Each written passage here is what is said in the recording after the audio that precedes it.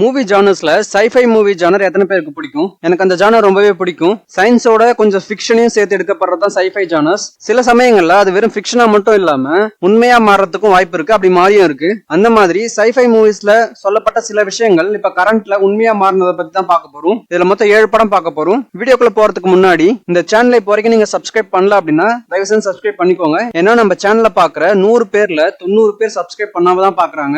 So Instagram பேஜும் நான் இந்த டிஸ்கிரிப்ஷன்ல கொடுக்குறேன், அதையும் ஃபாலோ பண்ணிக்கோங்க. இப்போ வீடியோக்குள்ள போகலாம். Number 7 Terminator 3 rise of machines 2003ல ரிலீஸ் ஆன படம். அந்த படத்துல நிறைய விஷயங்கள் காட்டியிருந்தாலும் முக்கியமா சொல்ல வேண்டிய விஷயம் என்னன்னா auto drones and AI controlled warfare. Current type அதுதான் மிலிட்டரி ஜெட்டா மிலிட்டரி ட்ரோன்ஸா இருக்கு. ஏஐ மூலமா அதை இயக்கிட்டு இருக்காங்க.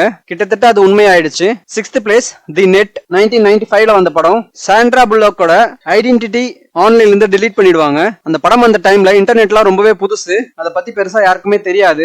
ஐடென்டிட்டி டெலீட் பண்றது, ஐடென்டிட்டி திருடுறதெல்லாம் அப்போ பெரிய விஷயமே இல்ல. ஆனா இப்ப அது ரொம்பவே பெரிய விஷயம். அது அப்பவே சூப்பரா சொல்லிருப்பாங்க அந்த படத்துல. இப்ப ஹேக்கர்ஸ் இதான் நிறைய பண்ணிட்டு இருக்காங்க. கரண்ட்ல நடந்துட்டு இருக்க ஒரு விஷயம் அது. 5th பிளேஸ் டோட்டல் ரீகால் 1990ல வந்த படம். அர்னால்டு நடிச்சது.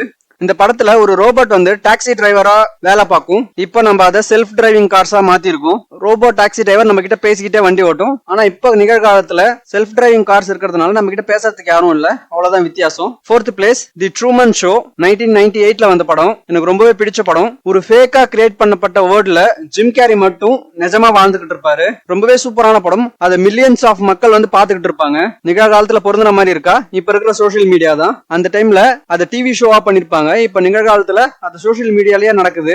இந்த படம் யாராவது பார்க்காம இருந்தீங்கன்னா கண்டிப்பா ட்ரை பண்ணுங்க. One of the best movie.